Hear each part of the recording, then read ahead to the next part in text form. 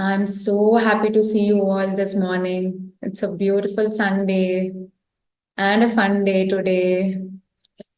We have a wisdom session, and in our meditation, we are becoming an observer, right? We are becoming an observer of our thoughts, how they are coming into our body and how they are coming into our mind and they are leaving. In the same way, in life, we need to become an observer of our emotions, our responses, our reactions. See, on daily basis, we have different thought forms that are in our aura, isn't it? And these are constantly fed by our energy. Where we concentrate, that's where our energy goes, right? So if your thought forms are regarding materialistic possessions or sexual desires or intellectual, thought forms or old patterns or belief systems, if these are all the things that are in your aura, then what happens? As I said in the previous sessions, our breath is a bridge towards our soul. It's a bridge between you and your soul. And it carries the cosmic energy to the innermost plane and brings it back to the outermost plane. So, if your thought forms are regarding all these things, then how will the light enter your body? The light enters through your body, but it cannot penetrate into your soul. So we need to become an observer of our thoughts. Just like how snake get rid of its skin every few days, we need to get rid of all these things, in our spiritual growth. As in the yesterday's session, Dr. Alvi has mentioned, spiritual journey is a journey of love, is a journey of peace, is a journey of sacrifice. It's the journey of becoming lover from the beloved. So I welcome you all, Masters. I welcome you all to this Zoom session on Inner Nature and Outer Nature Season 2, which is brought to you by Pyramid Spiritual Society's movement and PSSM SWAGG in collaboration with PMC English. Coming back to our challenge that I've given yesterday, how was the challenge yesterday, guys? Did anyone do the challenge? To all the new participants today, the challenge was about water saving. Do let me know your thoughts in the chat box, or if you're watching us on live, then use the comment section. If not, then you can text us on the WhatsApp group. Coming to our wisdom session today, we have Master Upali with us. She is a clinical psychology student and researcher who began her spiritual journey in 2011 and has been actively volunteering since 2019. She was introduced to spiritual science books early in life, which shaped her scientific outlook. She chose a career in psychology to integrate spiritual principles into psychological practice, approach to life, and normalize spirituality as a daily life practice. She primarily works with adolescents and young adults and different kinds of spiritual topics, providing them with simplified spiritual practices like mindfulness. So in today's session, we'll be exploring energy, consciousness, and wisdom.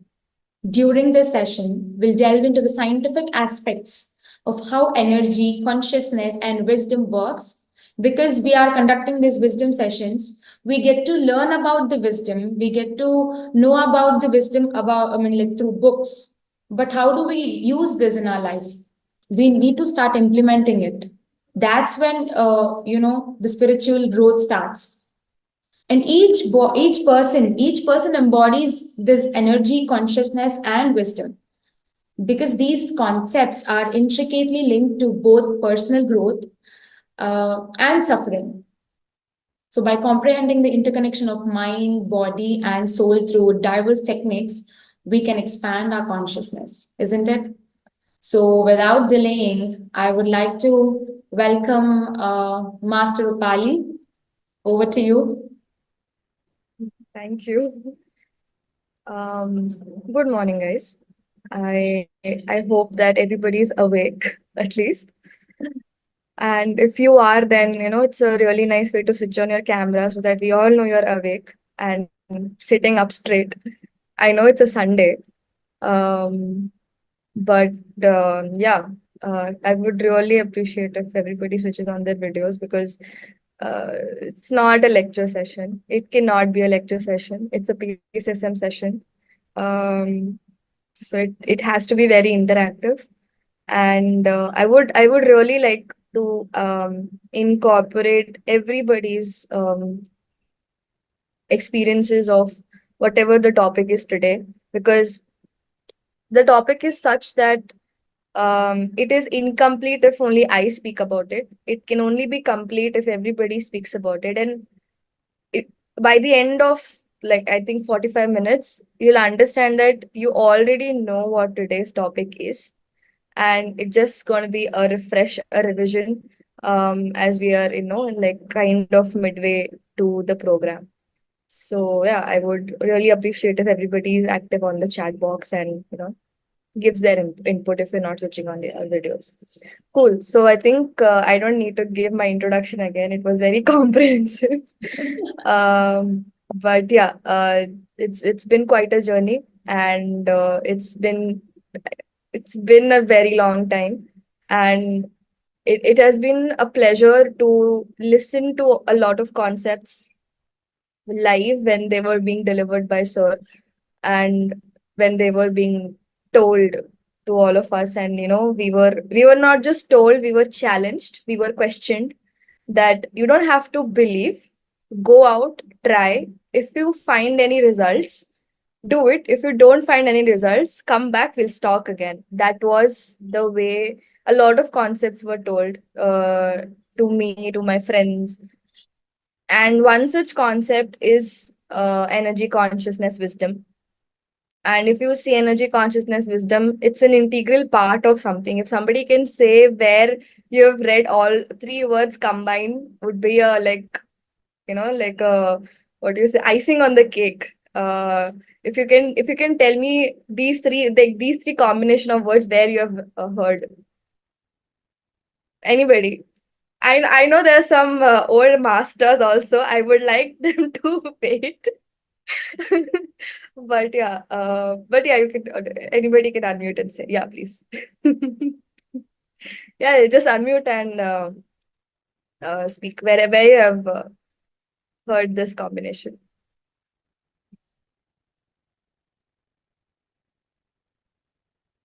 I think Vinay, Nikhil and Vaishnavi wants to speak. Vinay, could you please unmute them?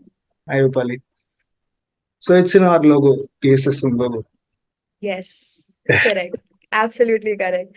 It's a part of PSSM logo. If you see the triangle portions of the logo, it's one side written energy, consciousness, and wisdom. So why I ask this is because the combination itself is a very essential combination. If you see energy, consciousness, and wisdom, and we'll break down all of these as we move on, is something that we are made of. If I say, who are we? The unanimous answer that normally we get is that we are soul, we are energy, we are consciousness, we are body, we are mind. A lot of answers we get, and if we combine everything, that forms us as the living entity. So when we experience soul, when we experience consciousness, when we experience ourselves, a combination of wisdom, energy, and consciousness interplays together. And before I get into what is all of this, I just want to quickly revise or try to understand your understanding of what is the difference between soul and what is the difference between mind. Let's get that straight first. The difference between soul and mind, because both of them we only experience. The mind also we experience, the soul also we experience.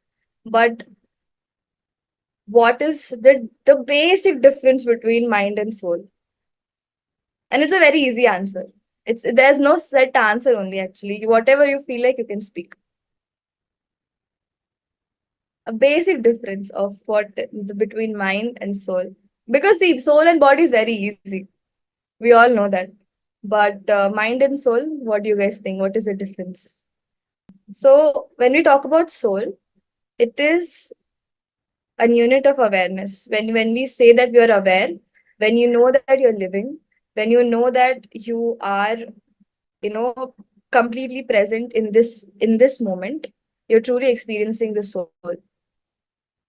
Whenever some qualities associated with that event and you're experiencing that event, you're essentially your mind, because your mind can integrate the thought, the feeling, the emotion into one experience. So soul is just the present moment awareness. Everybody who is sitting right now, if you're truly here, then definitely that awareness itself is the soul. And whatever working we are doing right now, for example, I'm speaking, you're hearing, maybe somebody must be sitting up straight, somebody must be just trying to wake up. All of it happens through mind. But in order for the soul to work, you need the mind, right? Without the mind, the soul cannot work. We cannot work. We need a lot of things to do in our everyday life, and for that we need the mind. And a lot of such things forms a lot of experiences. Did we understand the difference between soul and mind before I get into consciousness altogether? So essentially, when we say we are soul, we say we are a unit of energy, we are a unit of consciousness, and we are a unit of wisdom. Essentially, energy is what is this soul made of. Everything around us is made of energy, including consciousness. In every single particle in your day-to-day life, whatever you touch, feel, see, or are is energy. And it is a very simple physics. And I think metaphysics and now spirituality, or rather, I should say first spirituality and then physics, that has proven that everything is energy. Wisdom is something that we'll get into, and consciousness, yes. Consciousness is that vast energy from which the soul is pulled out. An individual soul is pulled out. And consciousness is something that we experience in the present moment. So soul and consciousness a lot of times goes hand in hand together. But when we say who are you are a unit of consciousness, consciousness, energy, and wisdom. And all of these three things together, when they work, they help us to grow in life. And if they don't work together, we suffer. It's a very simple combination. Because imagine if you have a lot of energy, if you're continuously expanding your wisdom through these sessions, through these books, and you're constantly expanding your consciousness, then what would that lead to? You have a lot of energy to experience things in a new light and have a better understanding. You will definitely grow in life. And when I say growth, it is not just physical or materialistic growth. It is growth in all the aspects: physical, mental, social, emotional, spiritual, every part of your life, if you will grow. And from an example, I'll make you understand. And when we have less energy, when we have less wisdom, and when we have less consciousness, contracted consciousness, when it is not expanding, we will suffer. And it is a very simple cycle. Why do we suffer? Is because essentially when we are low in energy, we are low in consciousness, and we are low in wisdom, we don't know what we want to speak or say or react or respond. You tend to be greedy, because whenever we don't have a lot of energy to do things, we want others to do our work, because essentially we want the work to be done. We become very greedy. The moment we become greedy, we lose all of our compassion towards everything in life.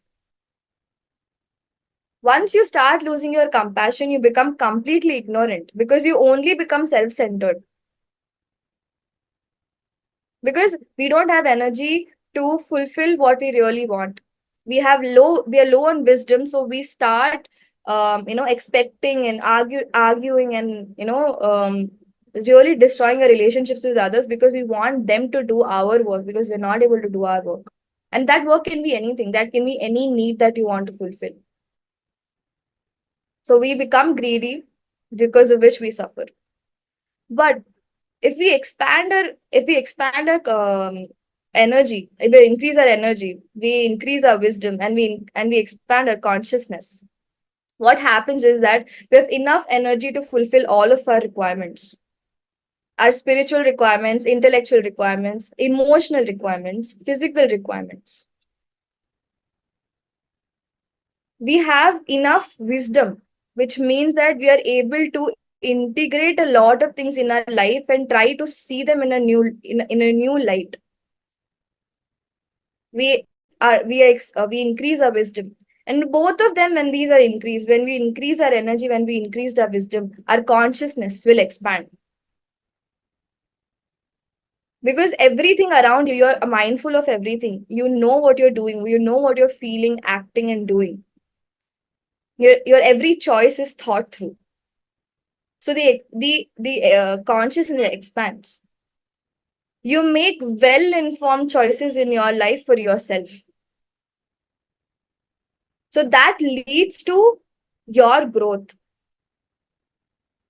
Why? Because now you will not only think about how should I improve, you'll also think about what should I do in order for everybody else around me to improve. That's when we do SEVA. That's why we do SEVA, because whatever we have, we want to give it to others. If you don't have anything, we can't give to others. We would want to take from others. That's when you're low on all the energy, wisdom, and consciousness. But when you want to give it to others, it means you have enough for yourself in order to give it to others. So you'll see every pyramid master, every senior pyramid master is always giving, is always in SEVA. And through that SEVA also, our energy systems become strengthened.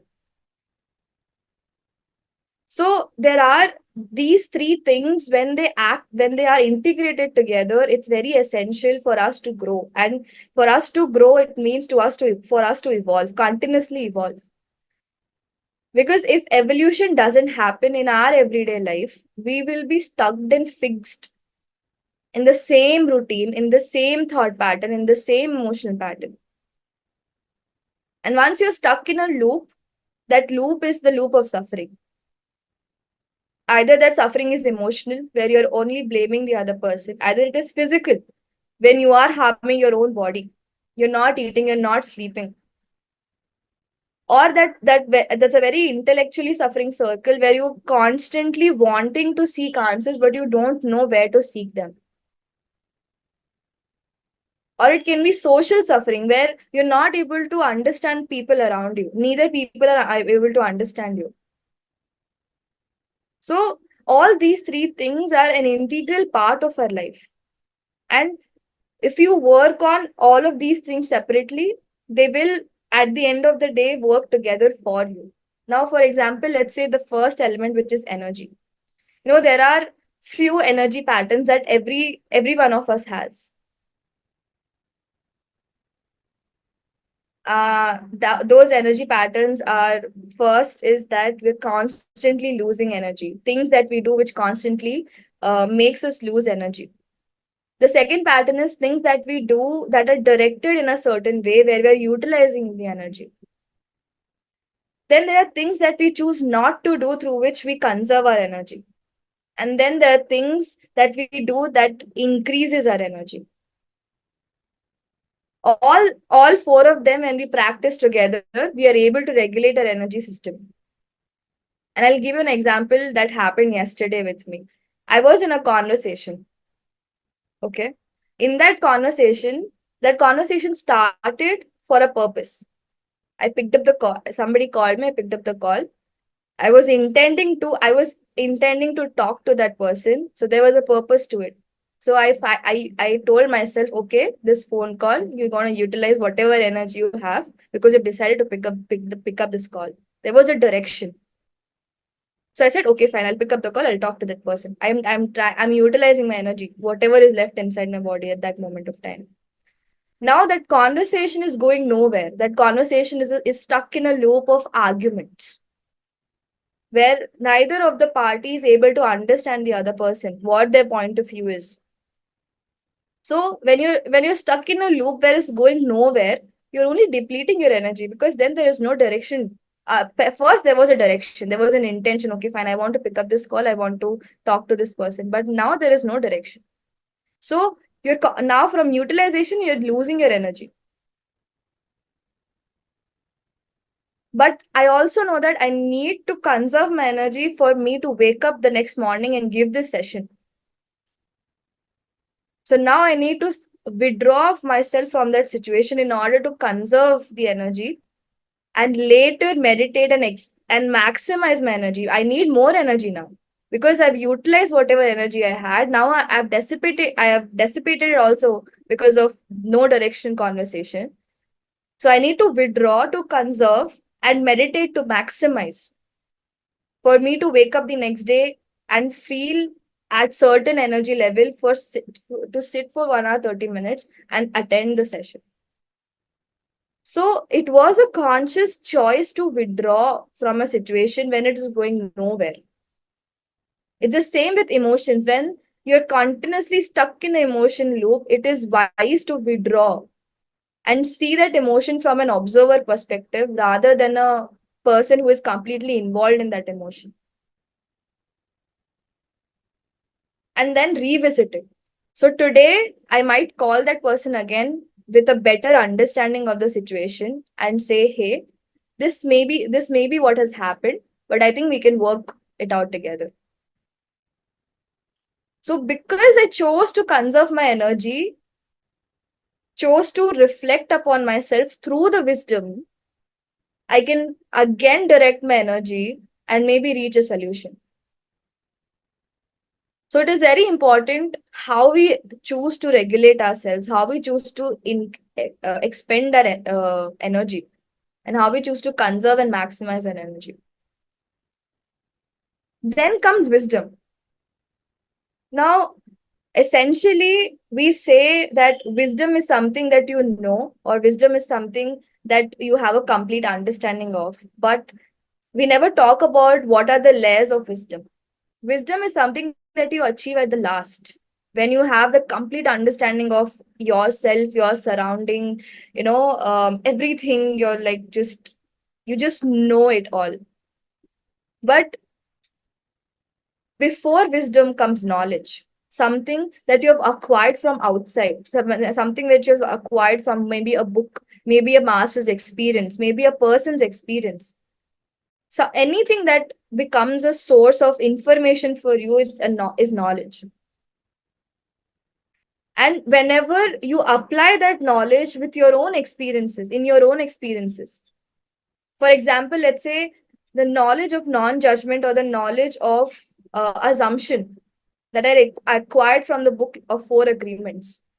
In that conversation, I choose to apply it because I may have went into a conversation with a pre-assumption in my mind, which has maybe led to maybe a different direction to that conversation. So at that moment, if I realize and if I use the knowledge of assumption, or if I use the knowledge of non-judgment, then it becomes my wisdom. Then I know that, okay, fine, in situations like this, I need to apply this knowledge.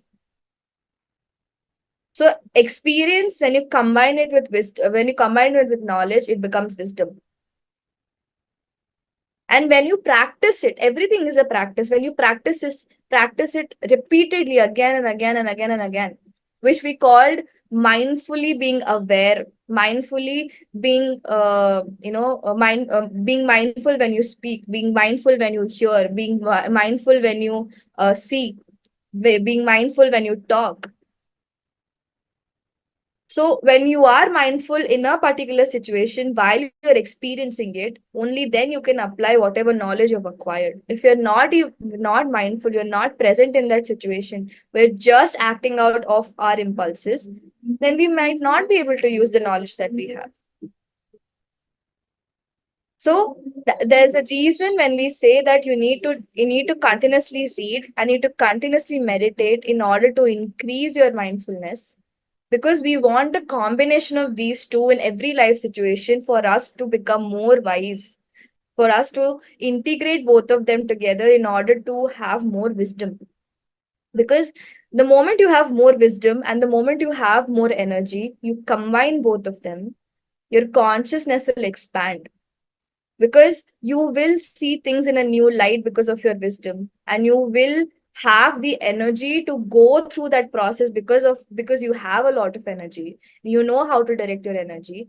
Your consciousness will just keep on expanding, expanding, and expanding, because in every situation you will become a little more wiser, a little more conscious, a little more mindful, a little more intelligent in all aspects of life: social, emotional, spiritual, mental, physical. So ultimately, that will lead to our growth. It will lead to our enlightenment. And enlightenment is really not a very big word. If you practice these three things, enlightenment, it's in its core definition, and I think that's the most simplified definition I've ever heard from Patri sir is seeing things in a new light is enlightenment. So every time you see something in a new light, if I can see that conversation in a new light, something that I can learn from, something that I can revisit and work upon, I've moved away from the fact where I was thinking that, okay, this is going nowhere, this is going being argumentative, I'm not able to understand, to a place where I can now say that I can understand the opposite person. I can understand that maybe I have gone through some, my previous mindsets. I need to improve myself in order to understand what the situation was, what the conversation was. I'm now seeing that conversation in a new light. For that conversation, am I now enlightened? And when you add these little things together, little units of enlightenment together, every life aspect where you feel you've grown, where you feel growth, start collecting those things.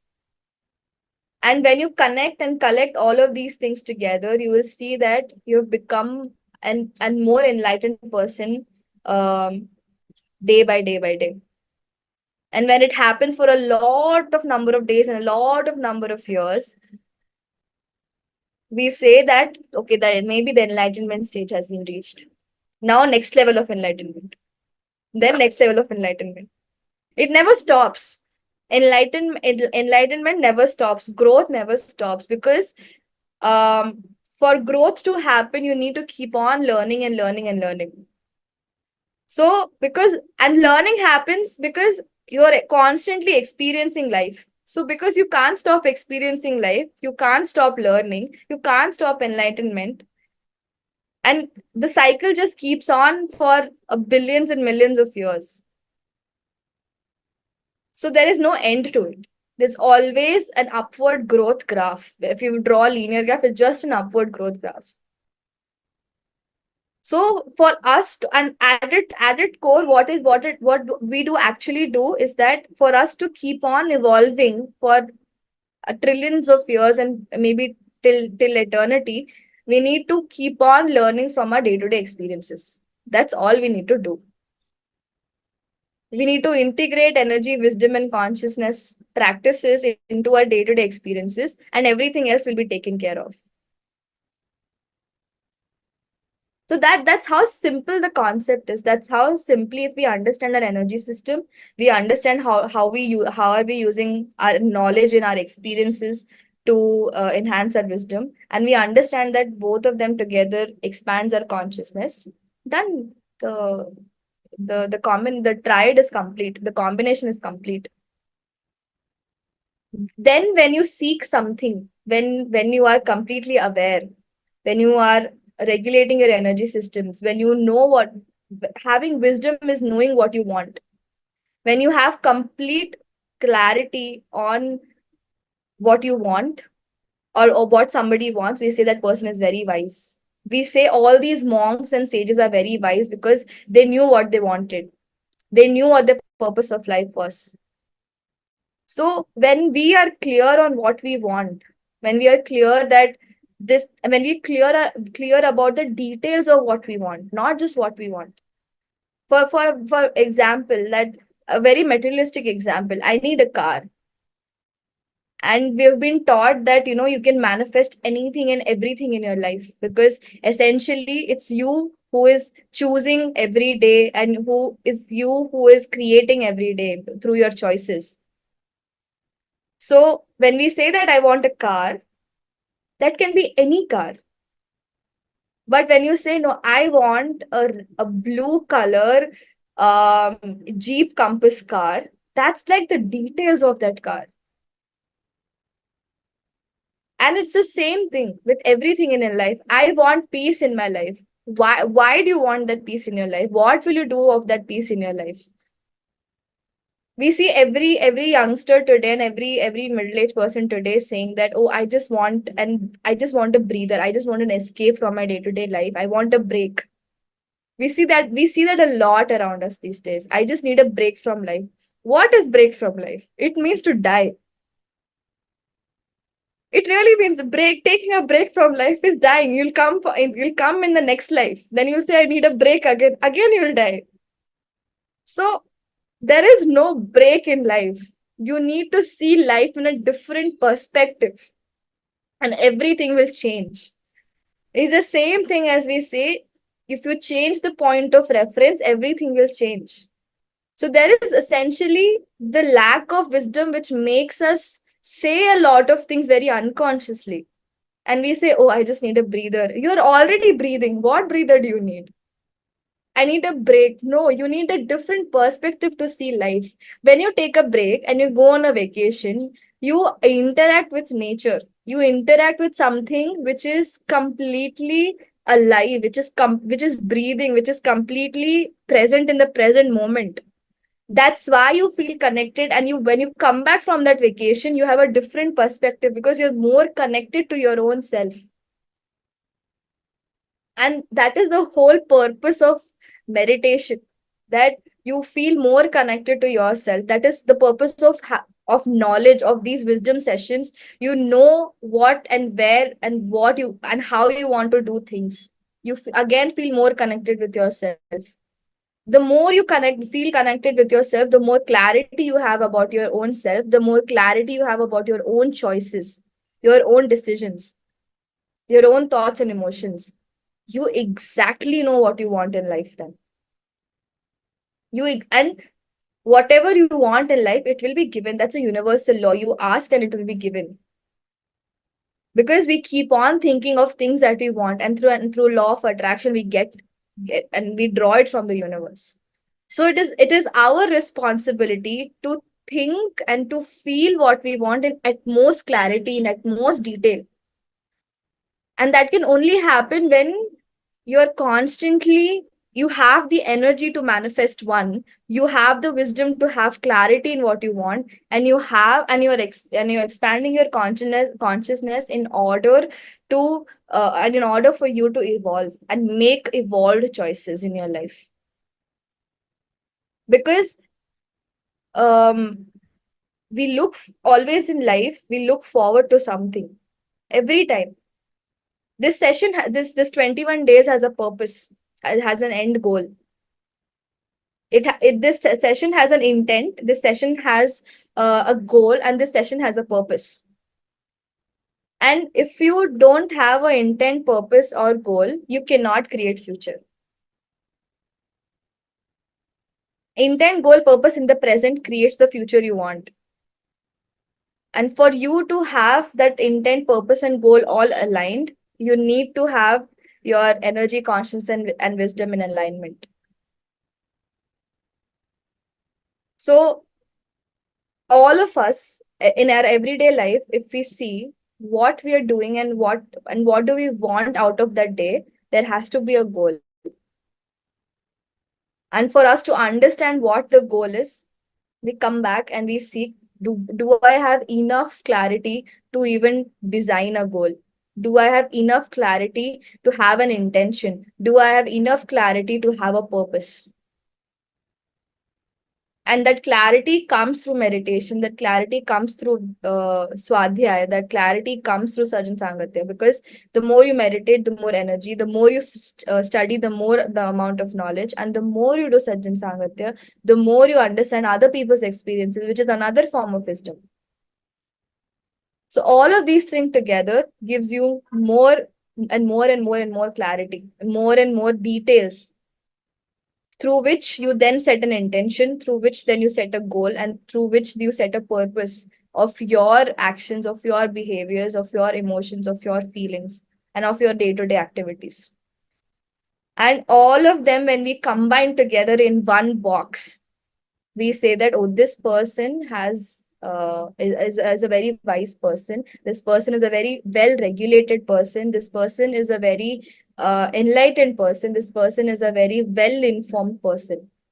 That's it. It is that person is not doing something extraordinary. That sadhu is sitting in the Himalayas and meditating for so many hours.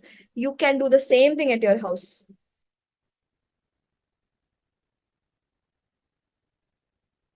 Given the fact that we have that much of dedication towards our practice, that sadhu is able to reach that level of enlightenment because of dedication, because of the clarity that he has or they have. If we have the same amount of clarity and dedication, we can also achieve the same state, because it is not something which is unachievable. So, in order to have that clarity, have the dedication, have the the intent and the purpose, we work on our energy systems, we work on our wisdom systems, and we work on our consciousness systems. It's that simple. So whenever we say that, oh, we are soul and we are this living entity and we are this we are this consciousness and we are we are experiencing everything. We are essentially experiencing energy, we're experiencing the wisdom, and we're experiencing the consciousness. And all of these three things happen when you actually sit and meditate. You can experience all of these three things together also when you meditate. Sometimes in meditation, you have so much energy. Suddenly, you have this thought in your mind that gives you a lot of clarity. It has happened to me a lot of times. Half of the things that I say in these wisdom sessions are a mixture of what thought I had in meditation the day before while I was preparing for the session, and a mixture of the knowledge that already exists about this topic. It's a mixture of both. So essentially, when you sit in meditation, you're not just only increasing your energy, your mind is also getting a lot of clarity. The moment it has space, you'll start understanding a lot of things, because then in your mind the knowledge will start grinding, the knowledge will start combining with your experiences, the stored memory of your experiences. You can then combine your knowledge with your experience, your wisdom will increase. And sometimes we feel very, very, very connected to our environment in meditation, especially when we are meditating in nature, when we are meditating in a group, when we are meditating in a virtual group also, we feel very, very, very involved in the meditation process. That's essentially our conscious, like us experiencing our true essence, the consciousness that we are, and the consciousness of the collective. So a simple practice of meditation can help you attain all of these three things together, and help you attain all of these things separately as well. It is that essential. And that's why the entire workshop, when I heard inner nature and outer nature, meditation is actually that link in the between, that inner nature and outer nature. It's actually the link, because it makes you experience your inner nature, and then when you're out of meditation, your outer nature changes. So that essential link is meditation here. So, it's a very beautifully carved title, inner nature and outer nature. Because only if you work on your inner nature through meditation, wisdom, and your own experiences in Swadhyaya and Sajan Sangatya, your outer nature will change. Opposite might not happen. Because an opposite why might not happen is also very scientific. Because if you try to change something external of you, but you're still feeling irritated, the whatever you're seeing will make you feel more irritated. But if you work on yourself and make yourself at peace, the outer traffic noise will also sound like a music. And I can say that because it's an everyday process, because I stay on the, what do you say, the main road of Bangalore. I live on the Hosur main road of Bangalore, which is very noisy. Every day till from 6:30 to 12:30 in the night, there's traffic. So when I came initially to Bangalore from Delhi, and Delhi, I was living in a very close knit residential area. There was no traffic. I was like, what is happening? I was always irritated. Like, what is this noise? The 24/7, this noise is there. But I have to live here. So I had to work on myself to have enough internal peace and calm for me to not get irritated by the traffic, what do you say, the traffic noise. Then it became a passing thing because I have to study, I have to take session, I have to work, I have to talk to my family. A lot of things I have to do in the presence of the traffic. So that will not change. If I change, my perspective to traffic will change. Then I started seeing, okay, when the traffic is less, I started regulating my day like that. So I found different alternatives.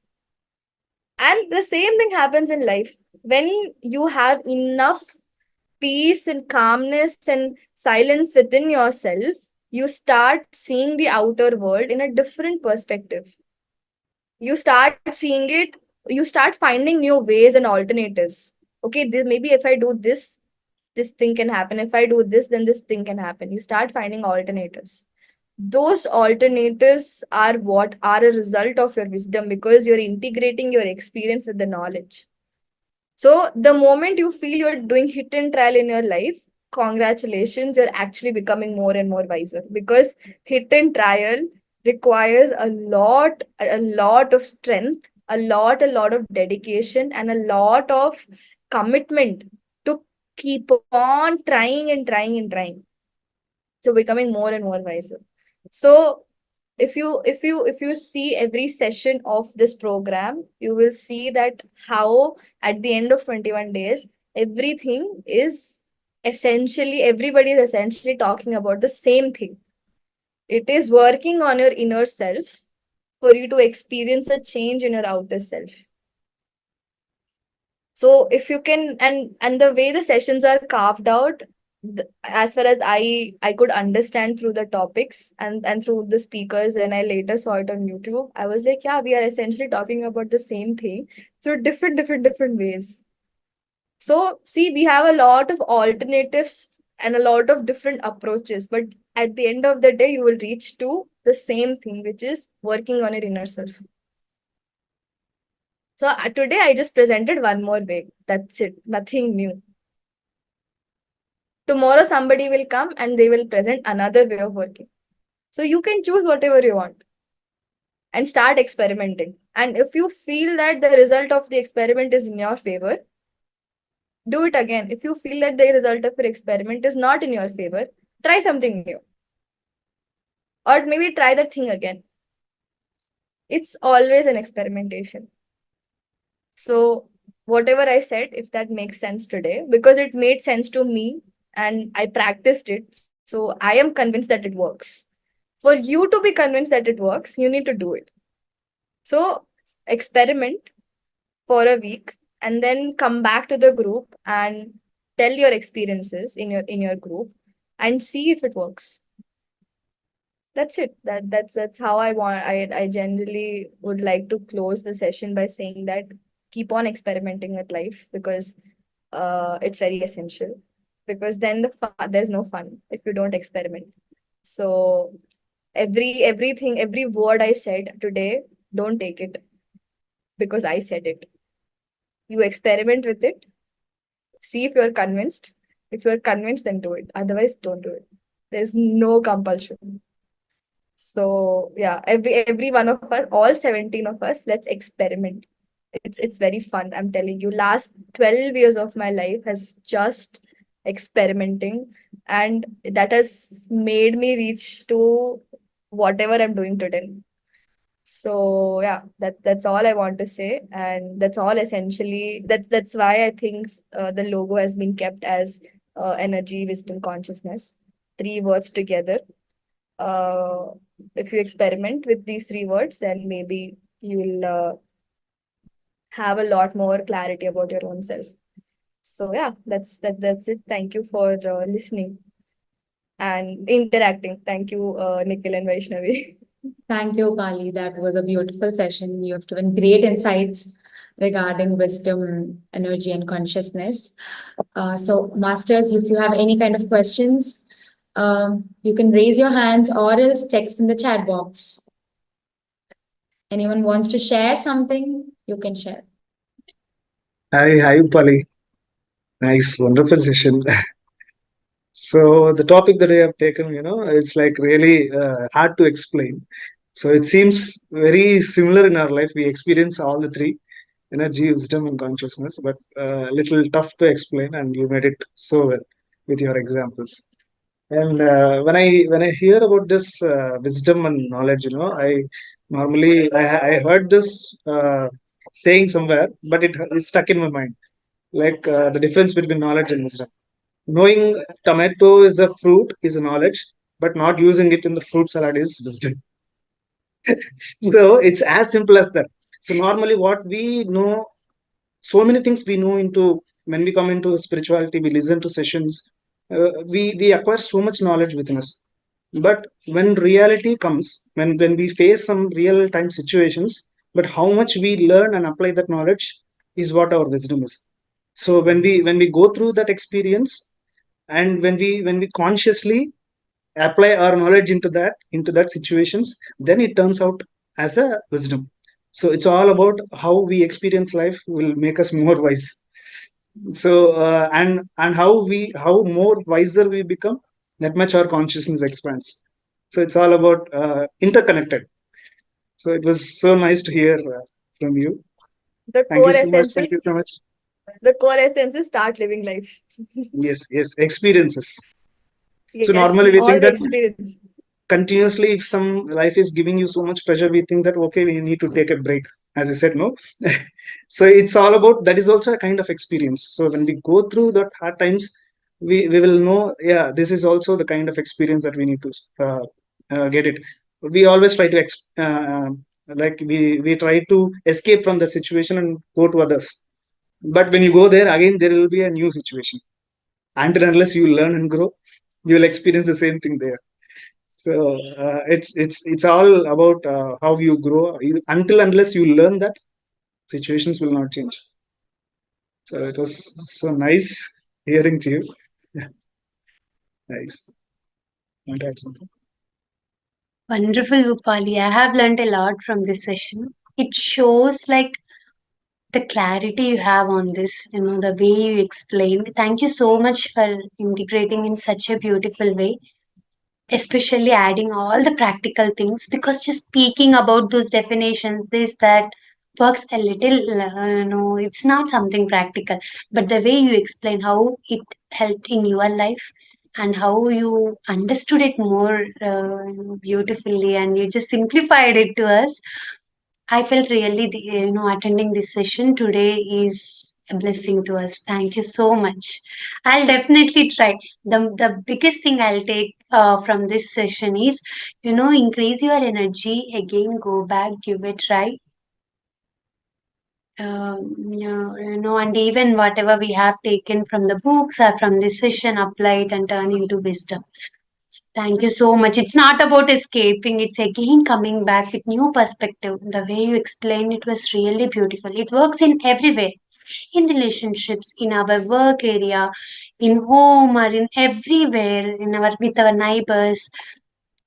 Instead of just ending up that this is how it is. We can choose like maybe changing the perspective and then coming back, facing it with more energy, more wisdom, more consciousness. Maybe that is the real essence of enlightenment or meditation. Otherwise, there'll be no growth, no evolution. Thank you so much, Upali. It was wonderful. Thank you. Hello, Pali. Hi. Hi, Wonderful Pariyuka. being here.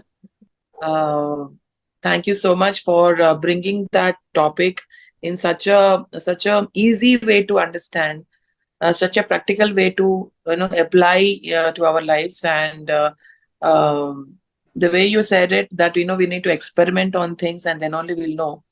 And Patriji said that the difference between the knowledge and wisdom is knowledge is something you learn from someone or something. It can be a book or it can be a master, it can be a child, it can be anyone. Anyone can be a teacher. So that's what you learn. And wisdom is knowledge plus experience, is what Patriji said. So that is what we need to do as youth, and you have explained it really well. It has to come from youth. Only then will they be able to understand, what, she's of my age or he is of my age. If he or she can, learn so much or apply so much, talk about so many great for coming here and sharing with us what you have learned. And I think this is just a drop of what you know, what you have experienced. And for you, it's a lot more to share with us. And we are all waiting for more of your master classes. And you have to share. I mean, the knowledge and wisdom has to be shared. That is how you share your gifts with the world. So we need more and more master classes from you. I mean, I am grateful to be in a environment where there were a lot of like the interaction with a lot of masters over, while you are growing up, literally from teenage to your adult life, and seeing those masters and their experiences, and subconsciously also, you may not realize that it's consciously being fed in your mind, but subconsciously it is there. So, over the time, I developed a habit that whatever word stucks into my mind, I just go on the YouTube and type that word. And I type PSSM or Patri sir, or some master's name, and there is a video on that, or there is an article on that, and I start reading it. So essentially, I realized over the time that whatever I'm seeking is already there. I just need to ask the right question for me to seek it. So it is a very wonderful time for all of us, that we have so many people around us that have already experienced it. We just need to ask the right question, and we'll seek the answer. And that is something I learned from Patri sir, that the answer is there. You need to ask the right question. So yeah, I think as a youth, we try to seek answers, but we forget that you need to ask the right question to seek the right answer for whatever is for you. So yeah, that's amazing. Yeah. And one question that I would like to ask on behalf of the youth, saying that how will meditation solve my, anxieties or emotional turbulences, or mental anxieties or something like that? How does meditation address youth issues? If you can explore more on that. Um, okay, very simplified. I'll put anxiety and depression into one spectrum. As youth, very easy to understand. And for anybody, whenever you are continuously thinking about your past and it is causing you distress, that is called depression. Okay. Whenever you are worrying about the future, it is called anxiety. First, like, it's very simple to understand. So for you to identify these two things. Now, what meditation does is exactly works on these two aspects. First, what happens is when you meditate, the more and more you spend time in the meditation process, the more and more thoughtless you become. I won't say mindless. You can't become mindless. The mind will always be there. You will become thoughtless, right? You will achieve the thoughtless state. What will happen is you will start coming out of that thought cycle of the past, thinking things over and over and over and over again. Those thoughts will go away slowly and slowly and slowly, because now you've connected your mind to breath. Breath has no quality. As your breath flows, your mind will calm down. So one problem solved. Okay. Now comes worrying about the future. Now, why do we worry about the future is because based on whatever the past we have, we anticipate that, oh, it might happen again in the future. So if I don't have a lot of thoughts of my past and I'm continuously always in the present, meditation makes you experience the present moment. When you have no thoughts of past, no thoughts of future. That is a simple thing everybody guides us when we are in meditation. Don't think about your past, don't think about your future. Why? Because the moment you are in present, you don't have those repeated thoughts of past. Because you don't have repeated thoughts of past, you don't know what the future will be. You continuously work in the present. And that is the solution to half, I would say more than half of the mental health issues that we have in today's world,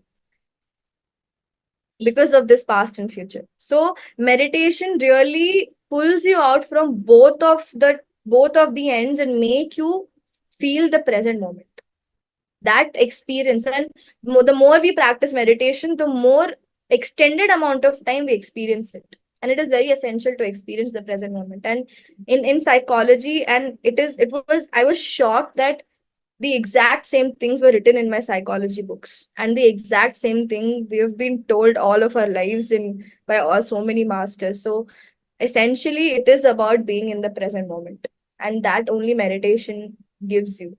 And the process of meditation makes you feel the present moment. So if you do that, then maybe you can prevent a lot of things from happening. So as youth, that's the most cost effective way, I would say. We don't have a lot of money as youth because we're still making our own careers. So the most cost effective way to live an effective life is meditate. So that's how I see it. That's a wonderful explanation, Upali. Yes, I believe that all the youth should start as soon as possible to start meditating, to start reading books, to start exploring, experimenting, and learning from many sources, as many sources as possible, so that they grow eventually and gradually they grow. So I am right now in Kanha Shantivanam. So there is one quotation which really stuck to my mind when I was going through the various quotations. It says that spiritual process is working on many levels. Spiritual progress is achieved by working on various levels, on all levels. So that is what I wanted to share today as well, saying that what do you mean by all levels? It can be physical level, emotional level, mental level, spiritual level, causal level. It can be on relationships level, financial level. It can be any level that is there, and spiritual process is working or putting your efforts in all levels. That is such a beautiful saying. And yesterday we met. We saw Daji giving his wonderful answers, and it is very nice. And absolutely, it is working on all levels. It's not just on one level that we work. Oh, yes, I have become a Buddha. It's not going to happen like that. So we have to work on all levels and enlighten ourselves in all levels by gaining wisdom, like our master Upali here, and so many other masters are there whom we need to gain wisdom from. So I think that's about it that I wanted to share. Thank you so much, Upali, for coming in and sharing it with us. Thank you.